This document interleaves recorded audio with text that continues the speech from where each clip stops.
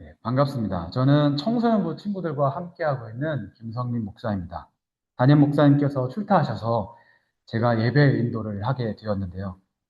처음 목사님께서 설교를 이렇게 요청하셨을 때 이 자리에서 어떤 말씀을 여러분들과 나눌 수 있을까 고민하다가 제가 말씀을 대하면서 가장 고민하고 또 씨름하는 부분을 함께 나누면 좋을 것 같다라는 생각이 들었습니다. 그래야 저와 함께 여러분들과 함께 하고 있는 제가 어떤 생각을 하면서 말씀을 전하고 아이들을 가르치고 또 이렇게 사역하고 있는지를 아시면 좋을 것 같아서 제가 가장 고민하는 부분은 오늘 예배에 대한 이야기를 조금 해보려고 합니다.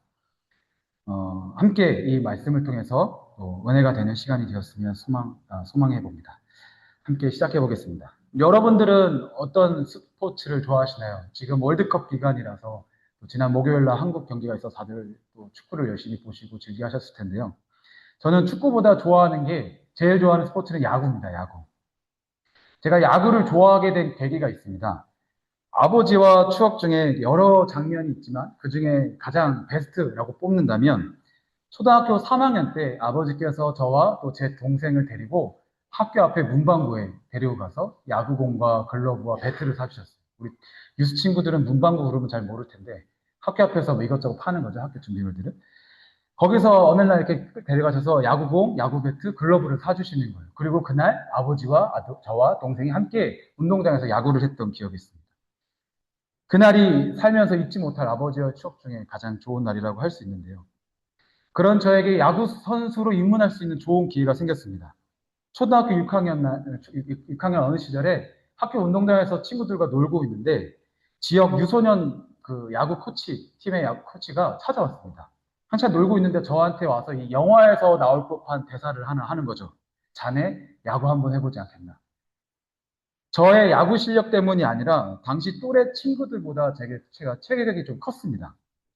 제가 학교에서 두 번째로 크고 그 교내 씨름대회에서 2등도 해보고 뭐 남다른 신체 조건을 가지고 있어서 운동부에 관심을 많이 보였습니다. 코치는 부모님과 상의해보고 테스트를 받으러 오라고 했습니다. 저는 기쁜 마음에 당장 집에 가서 아버지한테 말씀을 드렸습니다. 아버지도 야구를 좋아하세요. 그래서 굉장히 호의적이셨습니다. 그러니까 언제 테스트를 받으러 가냐라고 물으셨는데 그날이 주일 오후 2시였습니다. 그 이야기를 듣는 순간 목회자이셨던 아버지께서는 태도가 바뀌셨습니다. 주일에 예배를 드려야지 어디를 가느냐라고 말씀하셨습니다.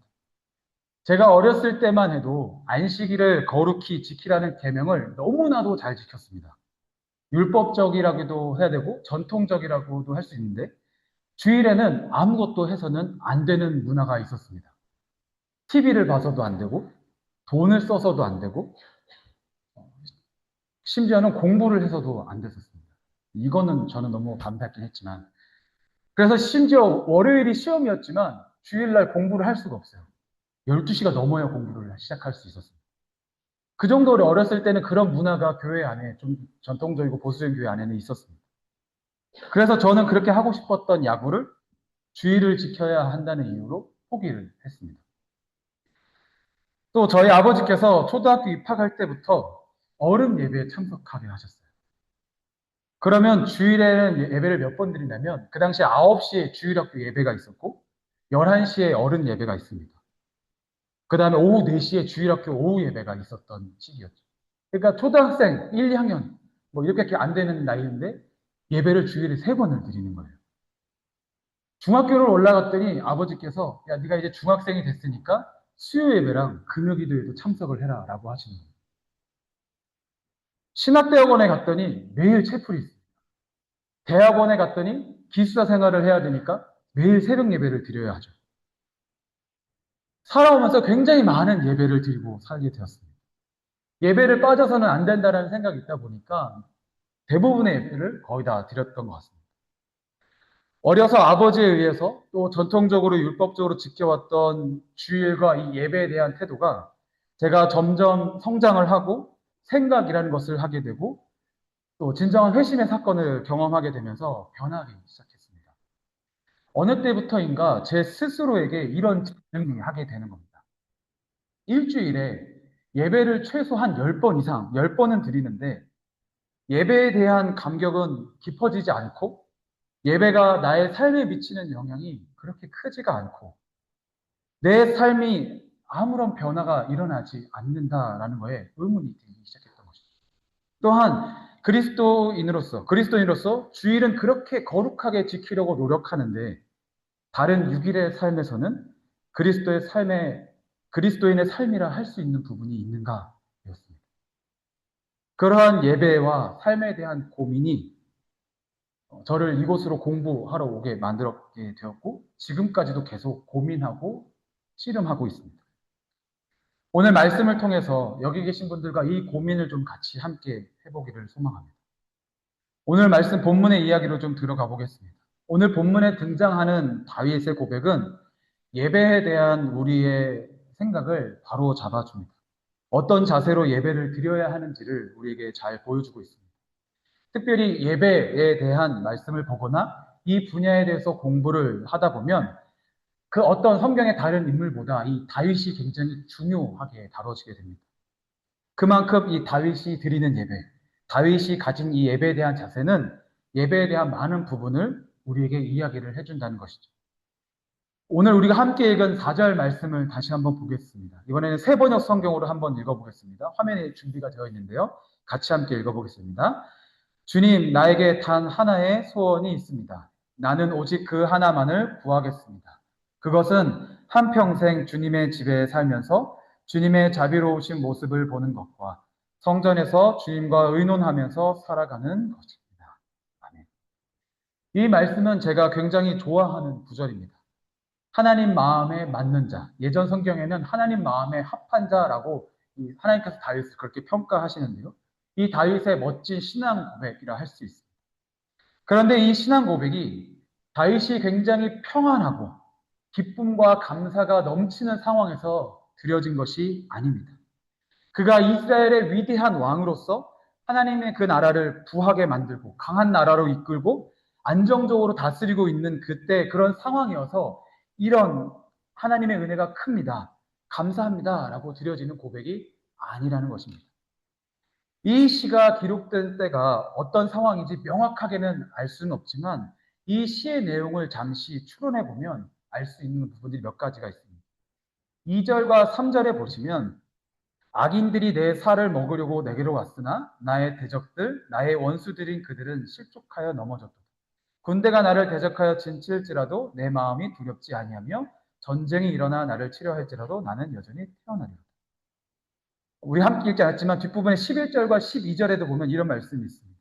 여호와여 주의 도를 내게 가르치시고 내 원수를 생각하셔서 평탄한 길로 나를 인도하소서.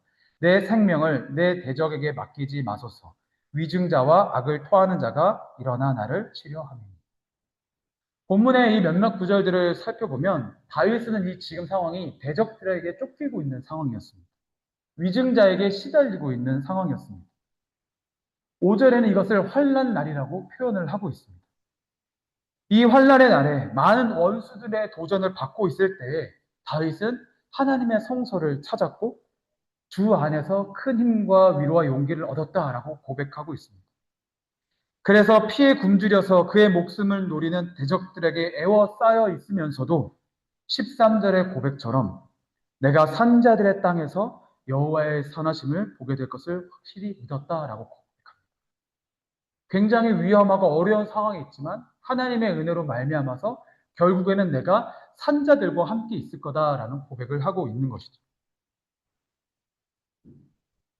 하나님께서 그의 생명을 보호해 주실 것이라는 여호와를 바라보며 강하고 담대하게 기다리겠다라는 고백을 다윗은 지금 하고 있는 것입니다.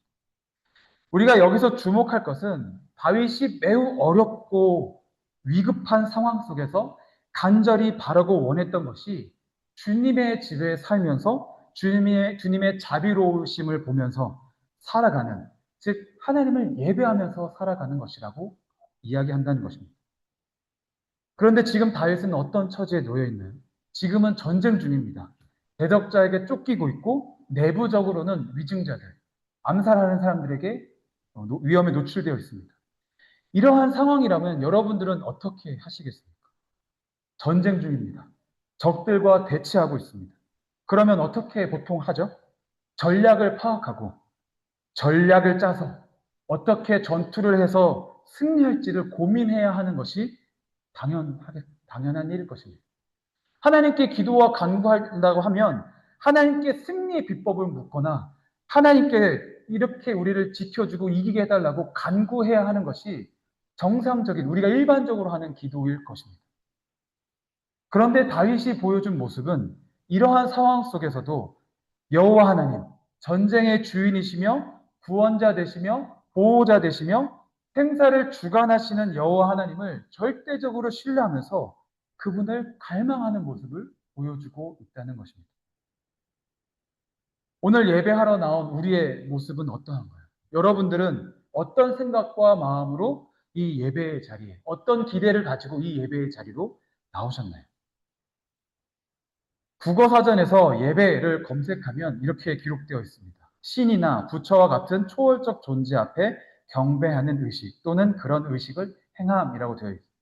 예배를 종교적 의식으로 보고 있는 것이죠. 그런데 성경에서 이야기하는 예배는 조금 다릅니다. 교회 용어 사전이라는 것이 있는데 이 영어 사전에 보면 예배를 검색하면 예배에 대한 정의가 한 8가지가 쭉 나와요. 뭐 히브리어, 헬라어, 뭐 여러 가지 언어들을 설명하면서 이 예배를 설명하는데 그것을 저희가 한 문장으로 하나로 요약을 하면 이렇게 정리할 수 있습니다. 예배란 종교적 의식이 아니라 하나님의 은혜로 거듭난 그리스도인이 하나님께 존귀와 영광을 돌리는 모든 행위라고 할 수 있다는 것이죠. 현재 우리가 드리는 예배를 먼저 한번 생각해 보겠습니다. 우리가 이 자리에서 앉아 있는 이유가 무엇이죠? 하나님께 예배를 드리기 위해서입니다. 신앙의 행위라는 것이죠. 이 신앙의 행위를 하게 된 이유가 무엇인가 하면 우리가 예수를 믿게 되었고 우리가 예수님의 사람으로 변화되게 되었습니다. 하나님께서 예수 그리스도를 통해서 우리를 구원해 주셨습니다. 구원받은 하나님의 자녀들이 이 구원의 감격을 우리가 드리는 이 예배를 통해서 다시 한번 묵상하고 그 감사의 기쁨을 하나님께 올려드리는 것이 바로 예배라는 것이죠. 우리는 예배를 드리면서 구원의 기쁨과 감격, 믿음의 고백을 하는 것입니다. 우리 각자는 지금 이런 예배자의 모습으로 이곳에 나와서 예배를 드리고 있는지를 한번 생각해 보아야 합니다. 매 주일 반복되는 예배이기 때문에 꼭 우리가 이것을 습관의 전통에 따라서 그냥 일주일에 이 시간이 되었으니까, 교회 갈 시간이니까 교회에 나왔다라고 생각하고 앉아 계시는 분은 없으신가요? 우리의 삶 속에서 앞으로 얼마만큼의 예배를 더 드릴 수 있을까요? 확실한 것은 우리가 예전만큼 예배를 많이 자주 드리지 않는다라는 것입니다. 그리고 주님께서 언제 우리를 부르실지, 언제 오실지 모르기 때문에 우리가 앞으로 얼마나 더 많은 예배를 드릴 수 있을지 알 수 없습니다. 그렇기 때문에 우리는 이 예배가 마치 오늘이 마지막의 예배인 것처럼 최선을 다해서 예배를 드려야 한다는 것이죠. 또 다윗과 같이 하나님을 갈망하고 온전한 예배자의 모습으로 나오고 싶지만 그렇지 못하도록 방해하는 우리의 삶의 요소들이 있습니다. 예배 전에 가족 간의 사소한 말다툼을 하거나 예배에 나오고 싶은데 집안에 무슨 일이 터지거나 삶 속에서 발생한 어떤 문제들로 인해서 예배에 집중하지 못하고 예배 드리러 이 자리에 몸은 와 있지만 우리의 생각과 마음이 다른 곳에 가 있는 순간들이 너무나 많다는 것입니다. 우리는 모두 서로 다른 상황 속에서 이 자리에 나왔습니다. 어떤 모습, 어떤 상황에 놓여 있든지 우리가 구원받은 하나님의 백성, 하나님의 자녀로 이 자리에 나와 하나님을 만나고 구원의 감격과 기쁨, 그에 대한 감사를 올려드리는 것이 예배라는 사실을 잊지 마시기 바랍니다. 그렇게 하나님을 갈망하는 마음으로 예배에 나와야 하고 온 힘을 다해서 하나님께 예배를 드려야 하는 것입니다. 다윗도 전혀 예배할 수 없는 상황에 있었지만 하나님 앞으로 나와서 자신의 구원자요, 보호자요, 위로자 되시는 그 하나님을 구하고 있는 모습을 보게 됩니다. 오늘 이 예배 자리에 나온 모든 성도님들이 다윗과 같은 이런 예배자의 모습을 되셨으면 좋겠습니다. 앞서 제가 예배라는 것이 종교 의식이 아니라 하나님의 은혜로 거듭난 그리스도인이 하나님께 존귀한 영광을 돌리는 모든 행위라고 말씀을 드렸습니다. 현재 우리가 드리는 예배를 넘어서서 조금 더 확장해 보도록 하겠습니다. 구원과 기쁨과 감격, 믿음의 고백을 드리는 것이 예배라면 이 예배는 일주일에 한 번, 좀 더 많은 모임을 참석하시는 분들이라면 몇 번 드리는 공식적인 예배를 통해서만 드려지게 되는 것일까요? 우리가 이렇게 모여 하나님을 예배할 때 하나님은 물론 기뻐하실 것입니다. 그런데 예배가 단순히 일주일에 한 번 이 시간 이 자리에 나와서 하나님께 예배를 드리는 종교적 의식만을 가리키는 것이 아니라는 것입니다. 어떤 일이, 무슨 일이 있든 간에 하나님이 기뻐하시는 것은 어떤 일을 하든 간에 무슨 일을 우리가 하든지 간에 하나님이 기뻐하시는 일을 하는 것, 하나님이 기뻐하시도록, 하나님이 즐거워하시도록 우리가 하는 그 모든 것이 다 예배라는 것이죠. 많은 사람들이 저에게 묻습니다. 우리가 요즘 삶의 예배, 예배는 삶에서 드리는 거야. 함께 삶으로 우리가 예배를 해야 돼. 라고 이야기하는데, 과연 그것이 무엇입니까? 라는 질문을 하십니다. 어떻게 사는 것이 하나님께 예배하는 삶인가요? 라는 질문들을 하십니다. 저도 이 질문에 많은 고민을 합니다. 그 고민 때문에 이곳에 와서 공부를 했고, 오랜 시간 이곳에서 하나님께 묻고 또 생각해 보게 됩니다.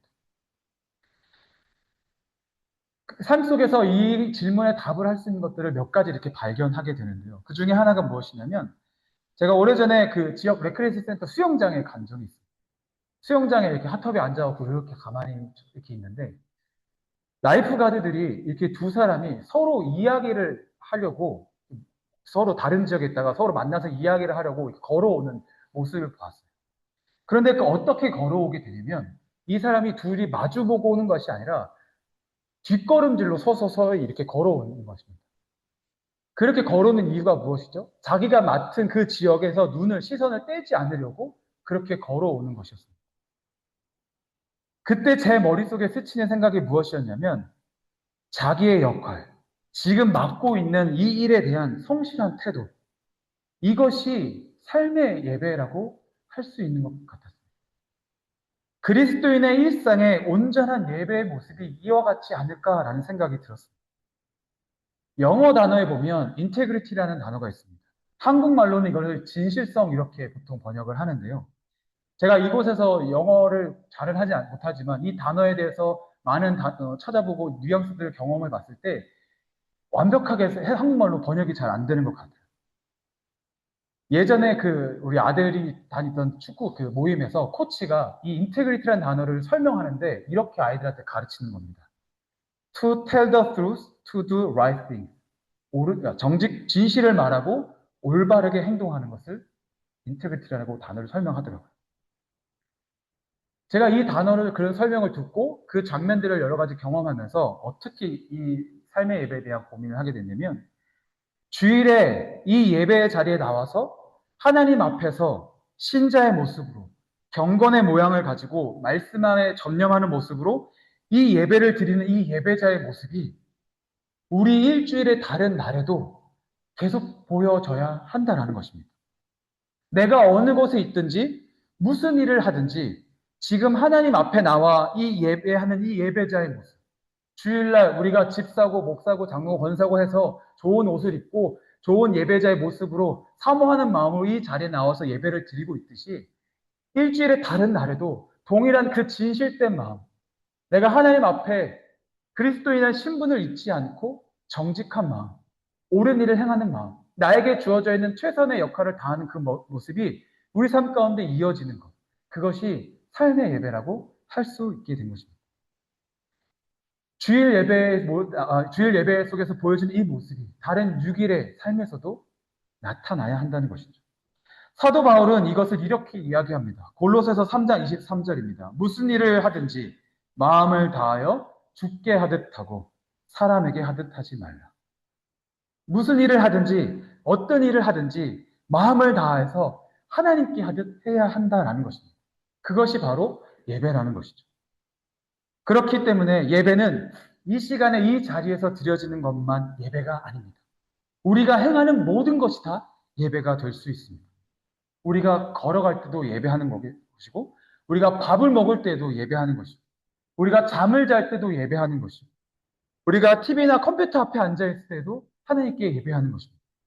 우리가 이웃을 만나는 것도 예배하는 것이고, 우리가 일터의 현장에 있는 것도 예배하는 것입니다. 우리가 공부를 하는 것도 예배하는 것이고, 우리가 자녀들을 양육하는 것도 예배하는 것입니다. 삶에서 하는 모든 것, 삶 그 자체가 예배라고 할 수 있는 것입니다. 우리가 살아가는 삶 속에서 하는 모든 생각과 행동은 바로 하나님이 기뻐하시도록, 즐거워하시도록 하는 데 있습니다. 예배하기 위해서 우리는 살아가고 있는 것입니다. 그렇다면 주일을 넘어서 일주일의 다른 6일의 시간을 예배당이 아닌 우리의 삶의 자리에서 어떻게 살아가야 할까요? 막 살아도 될까요? 그리스도인이란 본분을 잊은 채 살아가도 될까요? 세상의 사람들과 별반 다르지 않는 가치관을 가지고 살아가도 되는 것일까요? 저는 우리에게 주어져 있는 이 일상을 잘 사는 것이 말씀과 기도로 대표되는 경건의 활동만큼이나 중요하다라고 생각됩니다. 많은 그리스도인들이 신앙생활에 있어서 종종 후회할 때가 있습니다. 어떻게 생각하냐면 특별히 어떤 영적인 경험들, 영적인 노력 없이 하루하루를 보내면 잘못 산 것 같다라는 생각이 듭니다. 내가 주일 예배를 빠지거나 기도하는 시간을 놓치거나 성경을 읽지 않는다거나 뭐 이런 행동들을 하지 않으면 내가 그리스도인으로 신자로서 성도로서 잘못 살고 있는 건 있어서는 아닐까라는 생각할 때가 있다는 것이죠. 그런데 자신의 일상을 돌이켜 보면서 그리스도인으로서 삶에 대한 반성은 별로 하지 않는다라는 것입니다. 일주일이 168시간입니다. 그 중에 주일날 예배 와서 이 자리에서 예배 드리는 시간 2시간도 되지 않습니다. 나머지 시간 동안 우리는 일상이라는 것을 살아갑니다. 그 시간을 살아갈 때 나는 과연 그리스도인으로서 제대로 살아가고 있는가? 어디서든 무엇을 하든 나는 그리스도인다라는 본분을 기억하면서 주어진 일에 최선을 다하고 정직히 행하고 성실하게 임하고 다른 이들에게 선을 보이면서 구별되게 살아가고 있는가? 대한 고민이 우리에게 필요합니다. 그리스도인으로서 일상을 잘 사는 것, 이것이 예배자의 삶입니다. 지금 나에게 맡겨진 일, 그것이 돈을 버는 것이든 자녀를 양육하는 것이든 공부하는 것이든 집안일을 하는 것이든 무엇이든지 간에 최선을 다하여서 성실하게 행하는 것. 그것이 그리스도인으로서 우리가 온전히 하나님께 예배하는 예배자의 삶이라고 할 수 있습니다. 오늘 본문에 등장한 다윗의 이야기로 다시 돌아가서 묵상을 해보면 다윗은 왕이었습니다. 다윗은 자기가 원하면 자기가 원하는 대로 할 수 있는 위치였습니다. 왕이니까 모든 걸 할 수 있었던 위치였습니다. 다윗의 소원이 평생토록 여호와의 집에 살면서 성전에 살면서 여호와의 아름다움을 바라보며 예배하고 찬양하는 삶, 나는 그것을 살 거야라고 선택하면 하면 되는 것이죠. 전쟁은 장군들한테 맡기면 됩니다. 이 나라의 살림은 총리한테 맡기면 됩니다. 자신은 성소에 들어가서 예배드리고 매일 좋아하는 예배 들고 살면 됩니다. 그런데 다윗은 그렇게 하지 않았습니다. 지금 전쟁 중이었기 때문에 다윗은 왕으로서, 리더로서 그 현장에 있었습니다. 한 나라의 군주로서 자신의 군사들과 함께 있었고 백성을 지키고 보호하기 위해서 전투하는 곳에 있었습니다. 그럴 때마다 다윗은 하나님의 섭리로 늘 승리를 하였습니다. 반대로 다윗이 오히려 전장에 나가야 함에도 나가지 않고 왕궁을 지켰을 때 문제가 있었습니다. 어떤 일이 있었냐면 여러분들 일 아시죠? 어느 날 밤에 다윗이 왕국 옥상을 겨누다가 한 여인을 보게 됩니다. 바로 자신의 충직한 부하였던 우리아의 아들 바세바였습니다.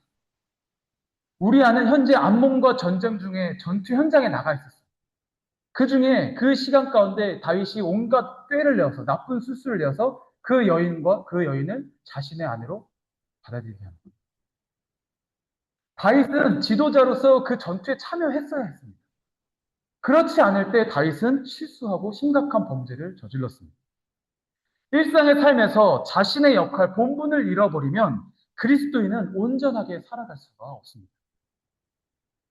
오늘 말씀으로 돌아와서 다윗은 자신의 일상에서 승리를 늘 맛보았습니다. 그렇게 할 수 있었던 것은 자신이 해야 될 위치, 역할에서 그 일을 최선을 다했기 때문입니다.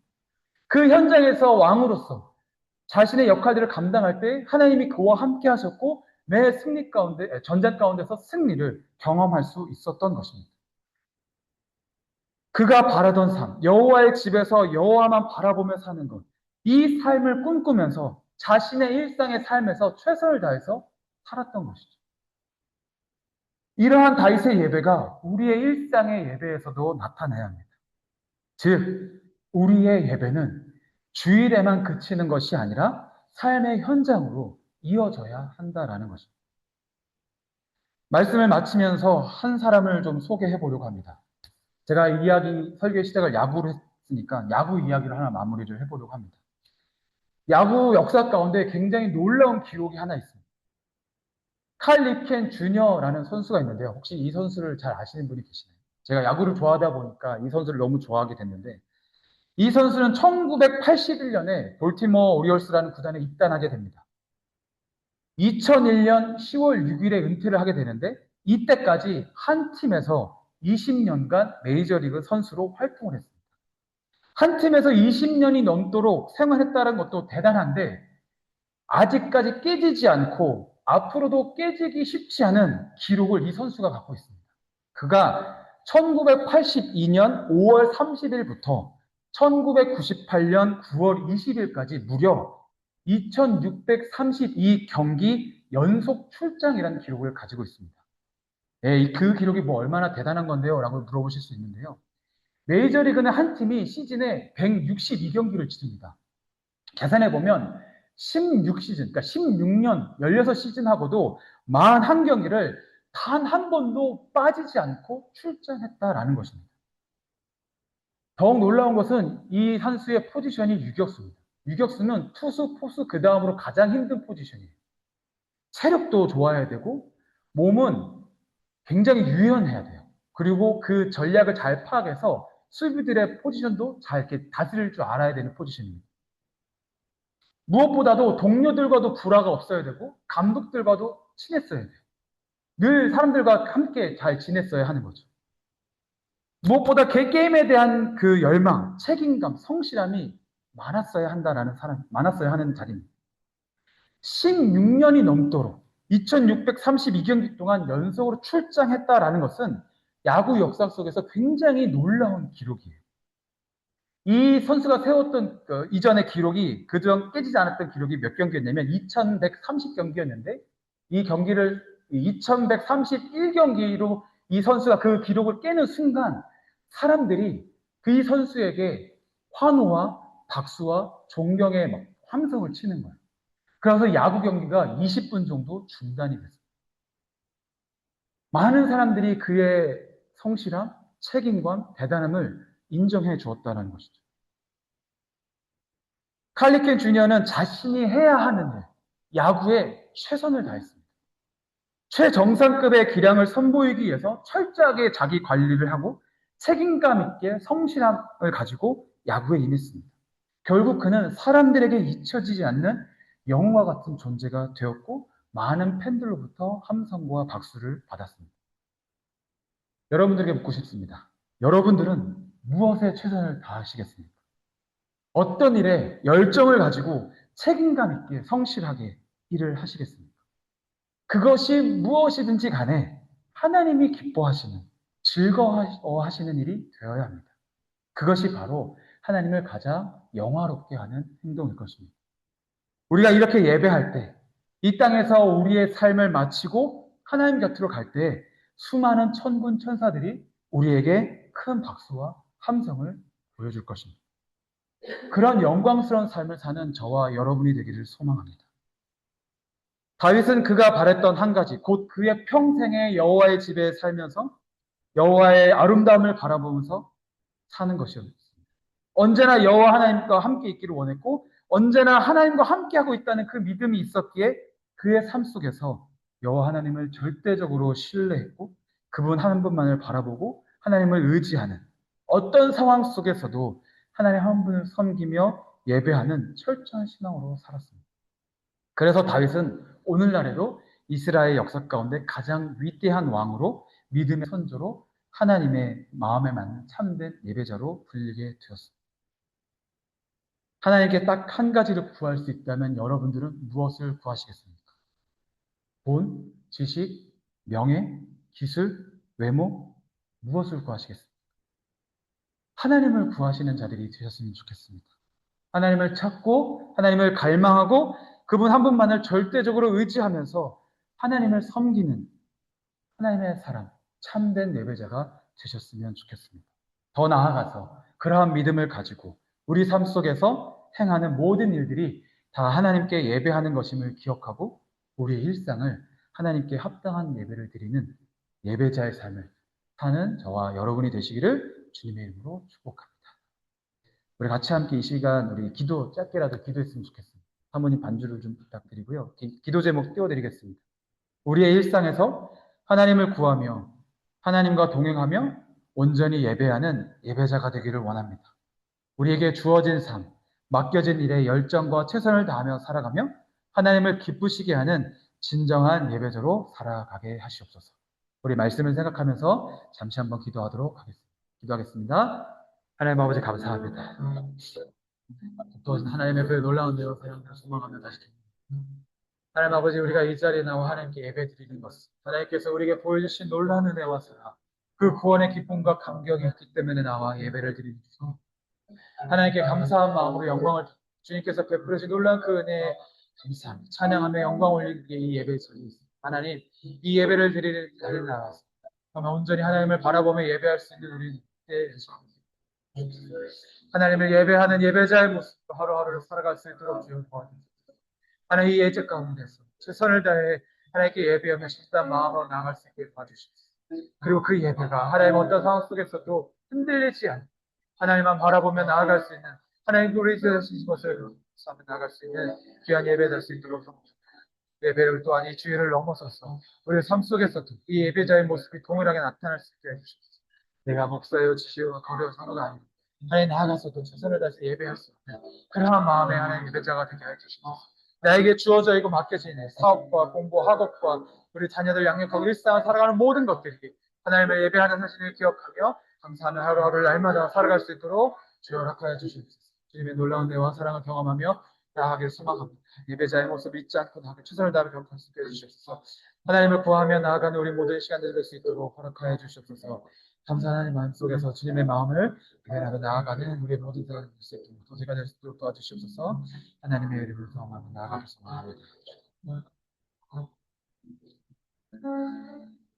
하나님 아버지, 우리에게 복된 주의를 허락하셔서 함께 예배하게 하여 주시니 감사합니다.